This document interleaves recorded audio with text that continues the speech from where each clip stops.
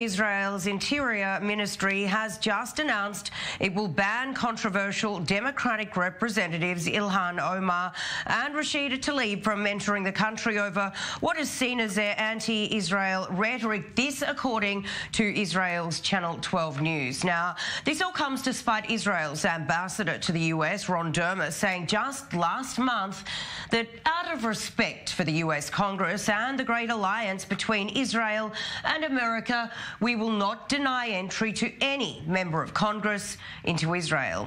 Tlaib and Omar were set to be touching down here in Israel tomorrow. And for more on this, let's bring in our senior international affairs correspondent, Owen Alterman, and our Middle East correspondent, Emily Rose. Thank you both so much for joining me. Owen, we'll start with you. Tell me, if this is a final decision, according to these reports in Israeli media, how bad does it look? Well, it doesn't look good, Sarah, which is why that up until the last few days, the consensus decision among the professional class, among the experts, among the policymakers was that the least bad option for Israel was to let them in. Again, of course, it's a lose-lose situation for Israel, right? On the one hand, you lose by denying them entry and making them into martyrs. And on the other hand, you lose by letting them in and letting them go to sites with all the media attention that they bring and use that to advocate against Israel. But again, it was always seen as the least bad option to let them in, again, just to avoid martyrizing them.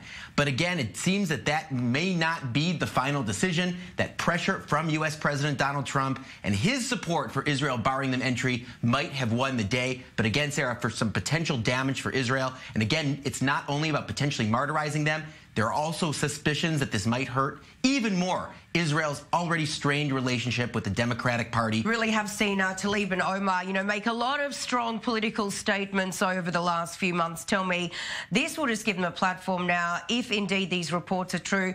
Do you believe that they would go to the airport in the States, or would they attempt to come here to Israel and, make a political point at the airport here? Well, I know what I would do if I were them. I would pack my bags and I would take a car or a taxi or have somebody drop me off at the airport. I would stand in line at the check-in and I would see if I got checked in, and I would make sure that my spokesperson brought a whole lot of TV cameras along.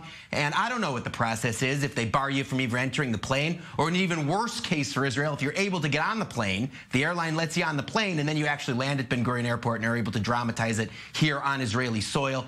Again, but either way, a bad and very risky result for Israel, both in terms of martyrizing them and making them, I think, Sarah, even potentially more immune to challenge next year in those very important primaries where they're going to get challenged by pro-Israel groups who will support some candidates against them, and make it so that even if the battle is won, the war is lost. And also, of course, the relationship with the Democratic Party. Can I just say, on one issue that I did discuss with her family was the impact that she will have in Congress as a Palestinian woman. And one of the issues, or one of the things that they mentioned, was I sat with her grandmother, and there was a congressional delegation that arrived in the region. I believe they're even still here.